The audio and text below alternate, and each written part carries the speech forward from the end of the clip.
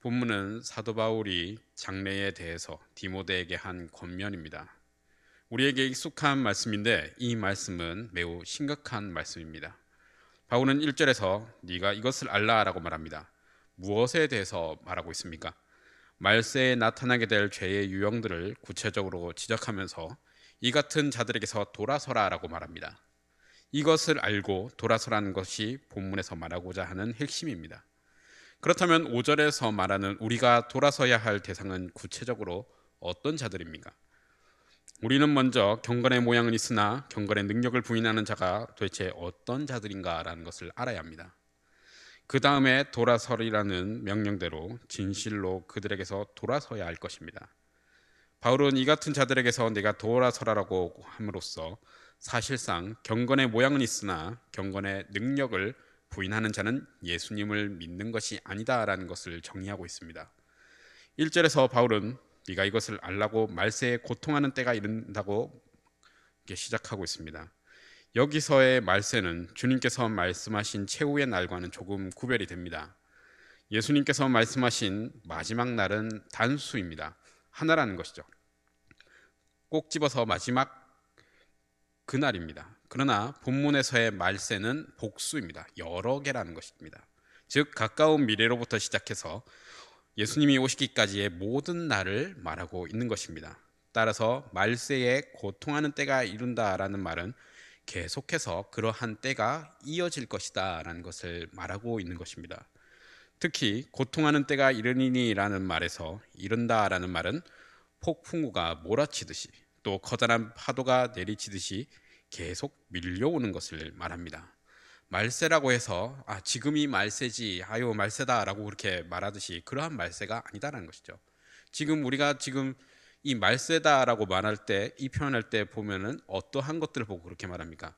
좋지 않은 것들, 우리가 경악할 만한 그러한 현상들에 대해서 우리는 그렇게 말합니다.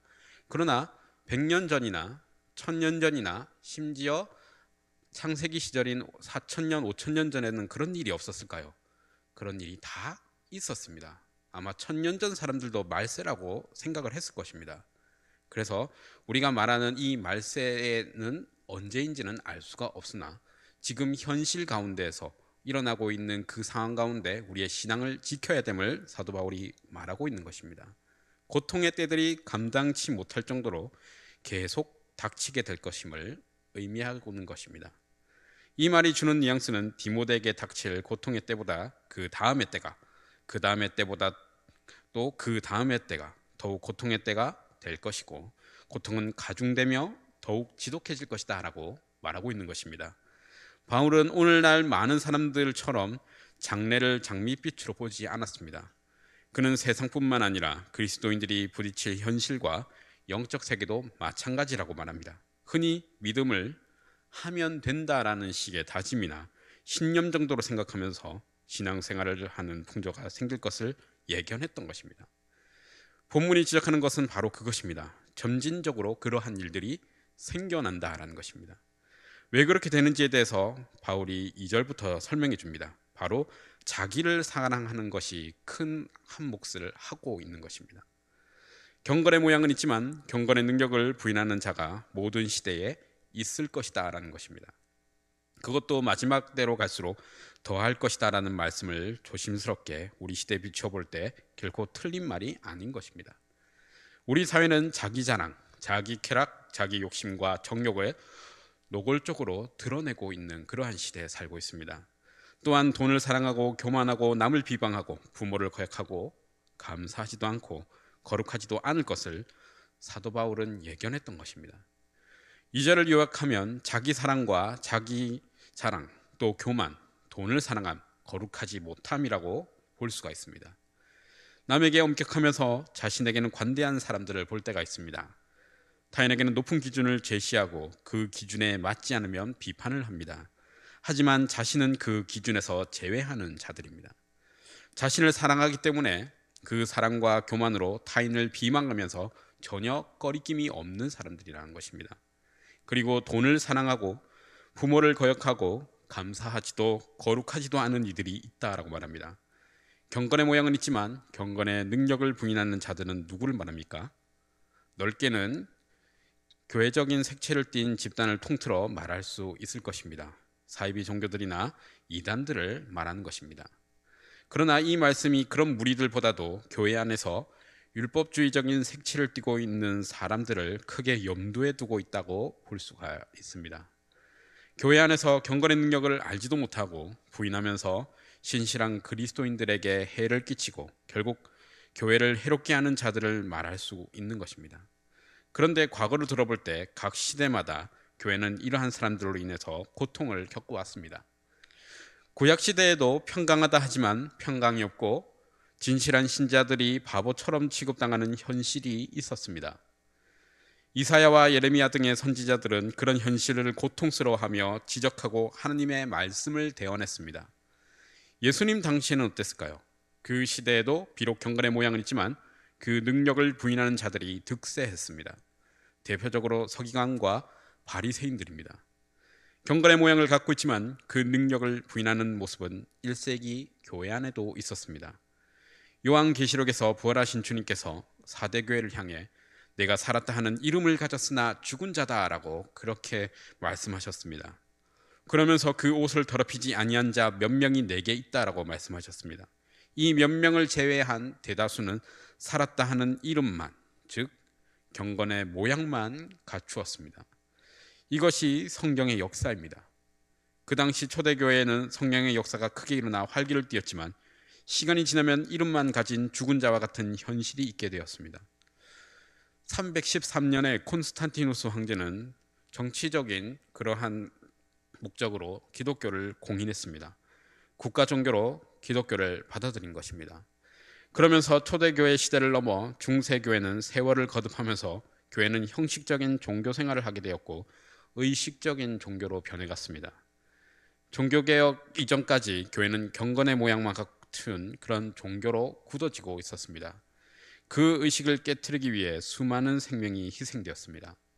성경으로 돌아가자는 종교개혁이 일어나기까지 그렇게 경건의 모양만 지닌 교회로 장구한 세월을 보내야만 했습니다. 우리는 어떨까요? 이 시대만큼 우리나라에 교회가 많았던 적이 없습니다.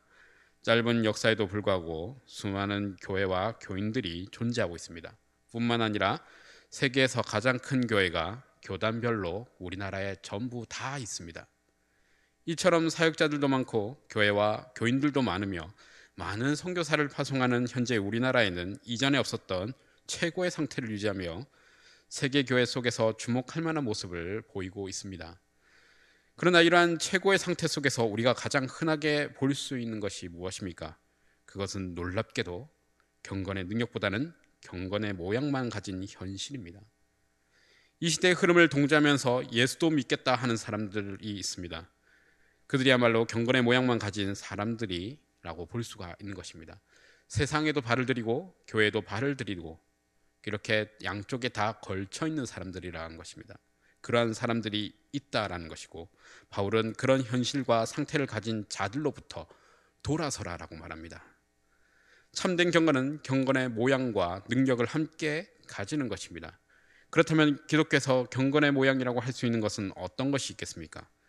모양이라고 한다면 기본적인 예식과 성례와 성찬식들이 있을 것입니다.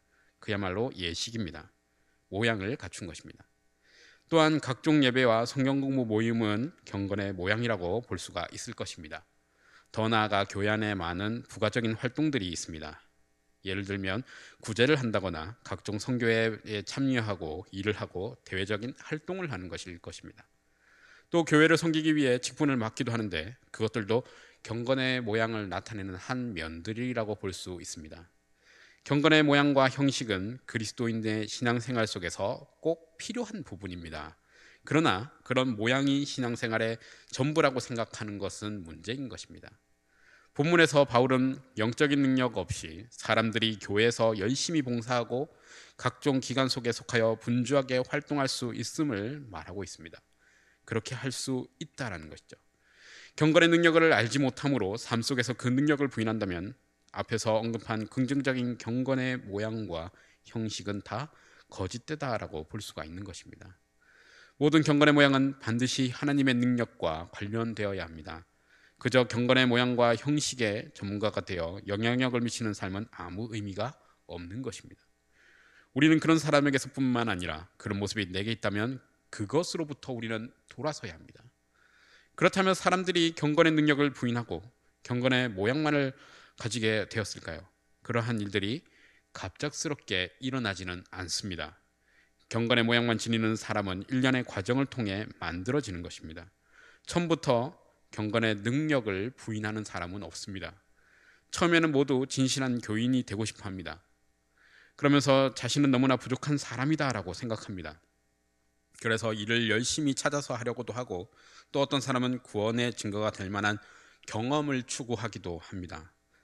대부분의 형식적인 신자들이 이런 과정을 통해서 모양만 가진 채 능력을 부인하게 되는 것입니다.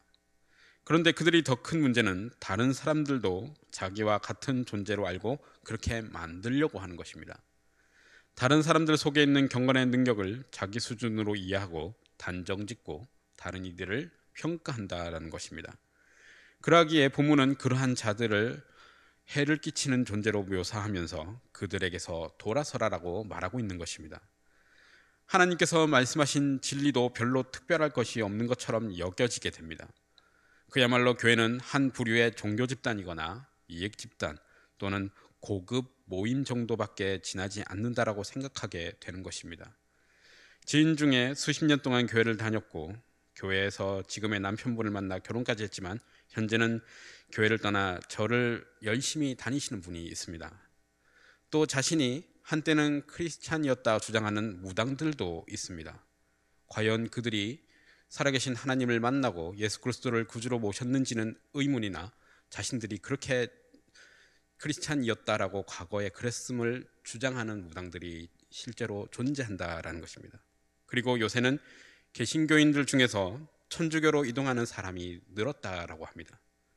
형식적인 그러한 모습 속에서 미사를 하는 것을 보니까 그것을 보니까 내가 진짜 뭔가 종교 생활을 하고 있구나, 뭔가 거룩하고 성스러운 것을 하고 있구나라고 생각이 들기 때문에 성당으로 많이 이동했다라는 것입니다. 교회는 인간의 삶의 모양새를 가르쳐주는 곳이 아닙니다. 경건의 능력, 즉 하나님의 능력을 덧입는 곳입니다. 하나님께 예배하기 위해 만들어진 공동체인 것입니다. 또한 하나님의 은혜를 나누며 성령의 능력을 공유하는 신적인 공동체입니다. 다시 말해 교회 안에서 반드시 예수 그리스도로 말미암은 복음의 능력과 성령의 역사가 있어야 하는 것입니다. 그러므로 사도 바울이 주는 본문을 우리는 다시 한번 살펴봐야 합니다. 만일 경건의 모양만 있고 그 능력을 알지 못하는 자신의 모습을 발견한다면 잃어버린 바 된 영혼처럼 하나님께 나아가서 자비를 구해야 하는 것입니다. 우리는 또한 진실해야 합니다. 경건의 모양만을 가지고 있다가 하나님 앞에 서는 일이 없도록 해야 되는 것입니다. 누가복음 18장에는 바리새인과 세리의 기도 비유가 등장합니다. 예수님께서는 자기를 의롭다고 믿고 다른 사람을 멸시하는 자들에게 바리새인과 세리의 기도의 비유를 말씀하셨습니다. 바리새인과 세리가 기도하러 성전으로 올라갔습니다. 바리새인들은 따로 서서 기도했습니다. 그리고 하나님께 나는 다른 토색, 불의, 가늠하는 자들과 같지 않고 저 세리와도 같지 않은 것을 감사합니다라고 기도했습니다. 이어서 1회에 2번 금식하고 소득의 11조를 하고 있습니다라고 기도했습니다. 그런데 세리가 기도할 때는 멀리 서서 감히 눈을 들어 하늘을 쳐다보지도 못하고 다만 가슴을 치며 하나님이여 나를 불쌍히 여기소서 나는 죄인으로소이다 기도했다라고 합니다. 이에 예수님께서는 저 바리새인이 아니고 이 사람이 의롭다 하심을 받고 그의 집으로 내려갔다라고 말씀하십니다. 여러분들의 자신을 살피고 하나님의 말씀으로 자신을 살핀다면 그것은 아주 좋은 일입니다. 성령으로 말미암아 여러분들이 거룩을 추구하고 예수님만을 신뢰하게 된다면 여러분들의 경건의 능력을 알아 결코 그것을 부인할 수 없을 것입니다. 우리는 우리 자신을 살펴야 합니다. 이 세대는 경건의 모양만 가진 자들이 많은 시대입니다. 우리 세대를 볼 뿐만 아니라 우리 자신을 살핌으로써 이러한 모습에서 우리는 벗어나야 합니다.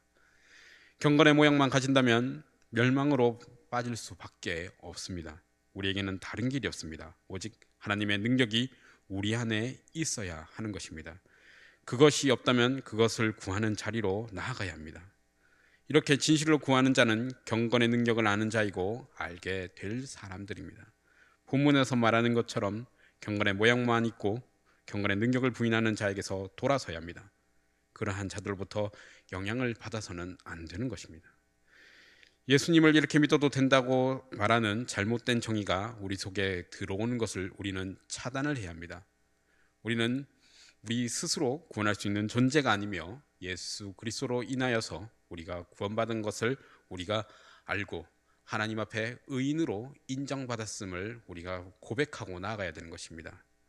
예수님의 그 죽음이 나와 무슨 상관이 있습니까? 그것은 바로 그 죽음이 나의 죽음과도 같기 때문입니다. 왜냐하면 내가 예수 그리스도를 믿는 그 믿음이 예수님께서 대신 나를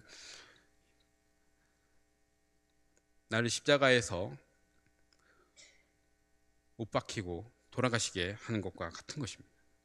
우리가 예수님을 믿는다는 것은 예수님의 죽음을 나를 대신하여서 죽었음을 믿는 것입니다. 우리는 예수님을 믿는 것이고 우리가 그것으로 인해서 하나님 앞에 의로운 자라고 우리는 인정받게 된 것입니다. 내가 그 무엇인가를 해서도 아니고 내가 하나님 앞에 어떤 자격을 갖추어서도 아닙니다. 우리가 경건해질 수 있는 것은 우리가 예수님을 믿는 그 믿음 덕분에 하나님 앞에 능력으로 나아갈 수 있게 된 것입니다. 주님 안에서 경건과 거룩함으로 우리 하나님 앞에 나아가시는 귀한 성도 여러분들이 되시기를 간절히 소원합니다.